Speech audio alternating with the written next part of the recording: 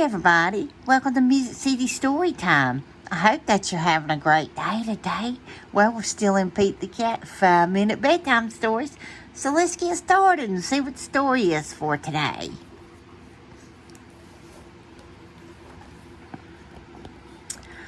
Pete the Cat checks out the library.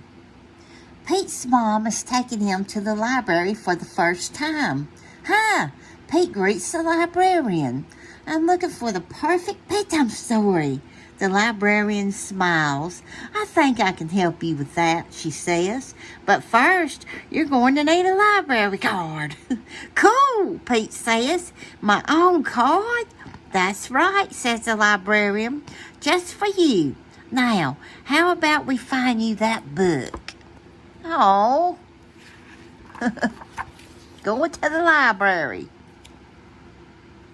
The librarian takes Pete to her favorite room. There are lots of Pete-sized chairs and tables and shelves. There is fun art on the walls, and there are more books than Pete has ever seen in one place. What do I do now? He asks. Now you try to find something you like, the librarian says. You can bring home any book in here. When you're ready, just bring the books you like to me, and I'll help you check them out. How cool is that? Do you have a library card? My son Ben does. Pete goes over to a shelf and chooses a book about jets. He reads it and pretends he's a stunt pilot. He flies a super fast jet and does a loop-de-loop high in the sky. Whee! Pete shouts.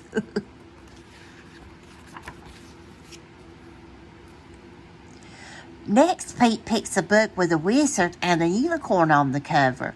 Pete pretends to be a wizard. He helps the brave knights fight off an evil dragon and goes for a ride on a unicorn. Pete practices his wizard spells. Take that, he cries, shooting a blast of magic at the dragon.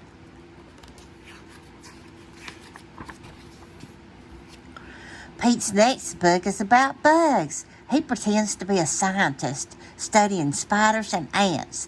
Pete looks through his microscope at the microscopic world around him. He's never seen anything so cool before. He wonders what great discoveries he'd make as a scientist. Pete picks up a book of monster stories. He imagines himself facing off against a big bad wolf. Pete does not like that story. He quickly puts the book down. Reading that at bedtime would give him bad dreams. Oh no, we don't want that. Pete's next book is about Egypt. He reads all about the pyramids and imagines himself discovering a long-lost pharaoh.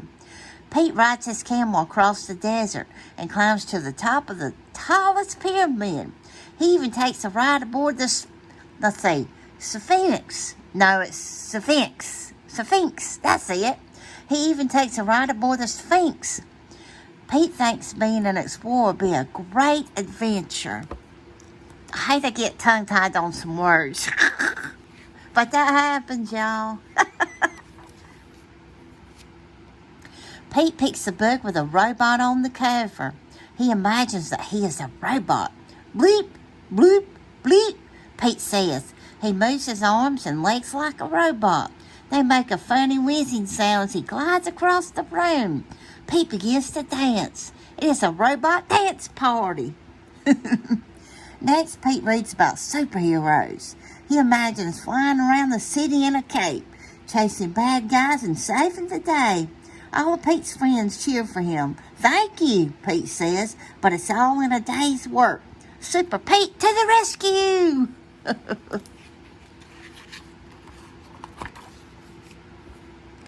Pete chooses a book about the ocean. He imagines himself on a submarine, learning about marine life. He sees whales and octopuses and dolphins.